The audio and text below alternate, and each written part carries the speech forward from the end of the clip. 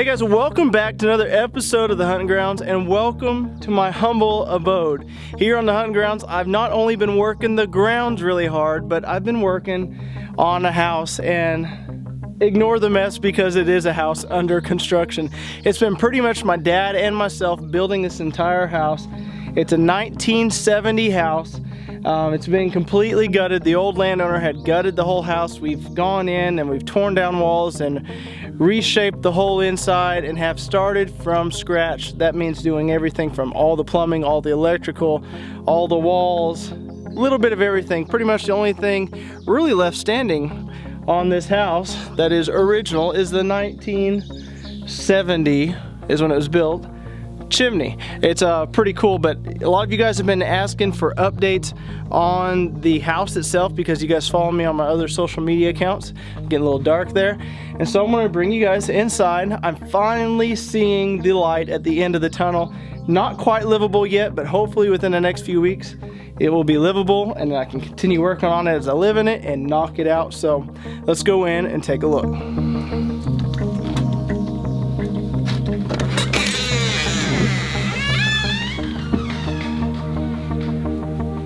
Well, here we are. Before I get out and show you guys what we've been doing on the hunting grounds themselves, I just got done spraying the second layer of gloss finish on this fireplace. Hand scrubbed that thing until it was sparkling clean, and we decided to put a little glimmer on it with the gloss.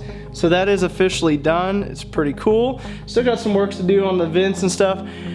I absolutely love my pine tongue and groove that we've put up in here. I've had a couple friends and family members come and help time to time, but pretty much it's been a lot of work of my dad and myself.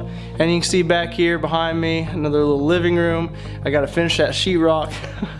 I'm not looking forward to that. I've had to learn to do a lot while going through and building this house. Here we go, we got some, that's the closet. I'm starting to work on there. Got a big nice pantry, got the big guest bath that's going to be here. Then we come back into the mud room. There you go, it started. Got a laundry room here. It's going to be the nice mud room. Coat racks, probably lots of hunting stuff that's going to be hung up there. Got our doors in the other day. Pretty excited about all the doors that are going in on the place. We are just like this close on every single little project. It's just, we got to do this to hang up the doors. We got to finish the water, which should be finished probably tomorrow before we finish putting up the walls. I got all the cabinets coming in before the end of July. Pretty excited, and it doesn't stop there. It goes back in here. I've got it blocked off because I've just got, as you can see over there, I got the window unit in right now. We're fixing to get central heating and air in here. But got the upstairs, got 2 bedrooms and a half bath up there. Whoa, here we go. And they got the master bedroom. Should be some deer heads and everything else hanging up in here before too long. Got to finish the ceiling in there, but we were waiting, whoa, to finish the plumbing, make sure it didn't leak before I finish the ceiling in there. But you can see it's coming along. It's pretty cool, extremely blessed. And I have not put very much money into this house because, like I said, it's been some friends, family members, my dad and myself kicking our butts in this house, getting it to this point. So pretty blessed to have it. And well, I'm gonna take you guys outside and show you guys what we've been doing on the grounds.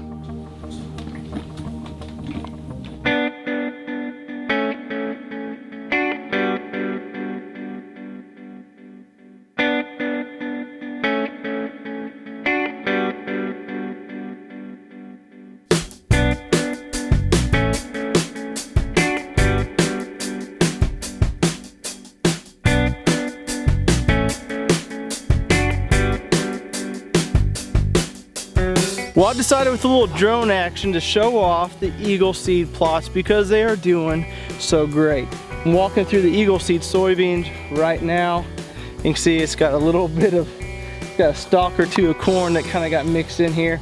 This is where on last week's full episode, I showed you guys how this side was being pretty overgrazed. Still got some weeds coming up in here. I'm gonna get back out here this evening and spray those existing weeds because the soybeans are starting to take back over. I'm gonna give them a little head start, kill the weeds off a little bit, and then I probably shouldn't have to touch it anymore because it's gonna look like this. You can see, not for sure how tall it is, that's at least 2 foot tall on average in this food plot. There's little to no weeds coming up in here because it's shading them out and eliminating the competition there. And then back behind me, it turns in, you can see the line here, to 2 big clover plots. Now Eagle Seed also has a clover mix that we've overseeded on this a couple times, but we've just been maintaining it. I've come in pretty often and have taken the brush hog over it, keeping it at this nice level where it just keeps growing in nice and thick, and it's just nice and lush, and deer are out here, turkey are out here.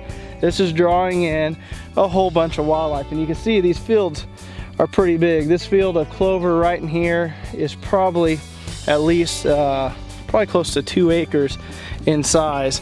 And then you've got the Eagle Seed that goes on the back side back here, and it actually wraps around down along this tree line. If you guys watched last year's episode where Scotty and I doubled on a doe each almost at the exact same time he was at the front of my property, I was actually in the advanced tree stand right there in that tree there. She ran and died right over there, bled the entire way with the dirt nap gear broadhead.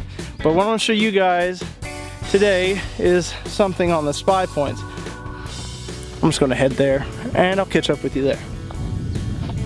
On journey. Well, I haven't quite made it to the destination yet, but I want to show you guys this pond here. This pond was completely overgrown with a lot of brush and saplings. Got in here last week, brush hogged it out. The dozer / logger guy is going to come in and he's going to cut out this big blackjack and this little white oak here. He's going to fall them in, push them in, and he's going to burn it, redig this pond. So this pond's actually going to hold water, and it butts up to the staging plot on the back side that's in clover, and that's where we're heading to. Well, I finally made it back to the staging plot, back behind the pond I just showed you, and I am having a lot of deer activity in this food plot, and cicada activity if you can hear them in the background. But the clover is looking great. The Trophy Rock 465 is drawing in the deer. They've got a big hole dug there, and I'm capturing them here on the Spy Point Force 11D. I've currently got it on video mode because I switched it over because I was having a few big bucks start showing up on camera.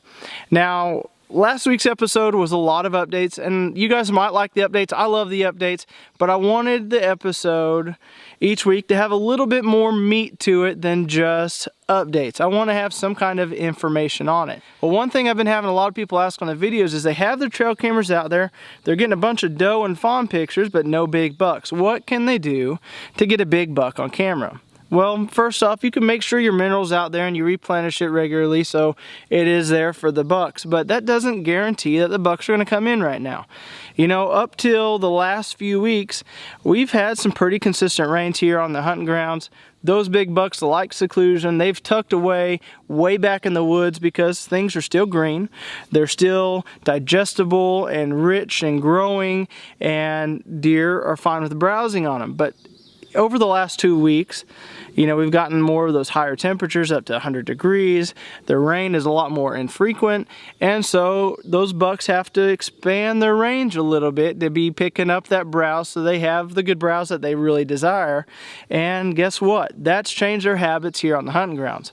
Well, if you guys have been following me on all of my social media accounts, you've seen that I just posted a big 8-point that we've been able to watch on a ridge on our property way back in the middle of nowhere. So far back we call it Neverland on Ridge 3, and I knew that's where the big buck was going to be. So I put my spy point up, I put my trophy rock out, and I was capturing him on video and getting him coming in, and we got to watch some cool growth of that buck. Well, he stopped coming in, and guess where I picked him up? I picked him up over 400 plus yards away, 2 ridges over, and he is consistently now coming in to this clover plot. Why do I guess? Because I imagine the woods are getting a little bit more hardy, everything's matured, it's just not as digestible, it's not great browse for the deer, so they're going to get in here where it's green and lush, and they have all this clover, and they have the trophy rock, and they have somewhat of a water source all nearby. And so he's completely changed his pattern. So if there's one tip that I was going to give you, make sure you just keep your cameras out 365 days a year. That's what we do. It gives me a way to monitor the deer, collect data, and just see what the deer are doing. But don't get discouraged if you don't have the bucks. They've still got a lot of changes coming up over the next few months, and they're going to be changing their habits even more than they are currently doing at this point. So that's what's going on here. The spy points have been a great tool for us capturing these bucks. I wouldn't have known he even moved if I didn't have another spy point up over here. I've got another mineral site here, I've got a mineral site here, and then over 400 plus yards away, 2 ridges over, I've got another mineral site to make sure my deer get good minerals. But like I said, over the last 2 weeks, everything's changed here on the hunting grounds. If you would have checked the spy point trail cameras 2 weeks ago in the fields, it would have been does, fawns, and yearling bucks, and that's gonna be it. That was all that I was seeing. If you check them now, I've got bucks that I've never seen before coming into these green food plots, and it's definitely drawing them in. So just be patient, put your spy points or your trail cameras out there wherever you can, and just be patient, and that big buck is gonna show up. Well, that's pretty much gonna wrap it up for this week's episode. I hope you guys enjoyed it. We're still doing a lot. We've got ponds to make. We're digging one of our ponds currently. We're still doing some logging, and I've got a whole bunch going on. I'm building a house and just doing a ton, and I'm trying to fill you guys in on everything that we're doing. If you guys are enjoying it, give a thumbs up on this video, comment down below what you enjoyed about it, tell me what you're wanting to see more of, and I'll get more of it. But guys, until next time, go out of your way, get a youth or a new hunter involved in the outdoors, and as always, have a better than average day.